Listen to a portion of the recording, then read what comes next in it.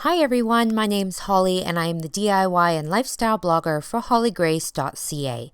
Today in this video, I'm showing you how I took this old patio set that is weathered and worn and almost fit for the dump, but I revived it with the Paint Zoom 3000.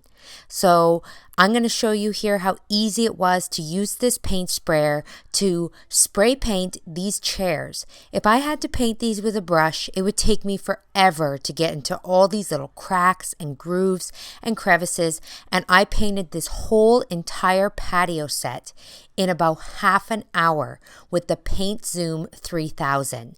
And this is just one coat. So all it took was one coat with this fantastic paint sprayer to cover this entire patio set.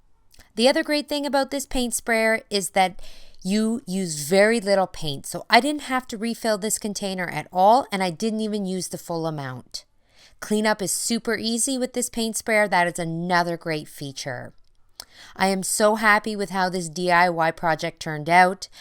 This is a table and chair set that most people would have tossed in the dump, but I totally revived it with the Paint Zoom 3000, and you would never even know how worn and disgusting this patio set was.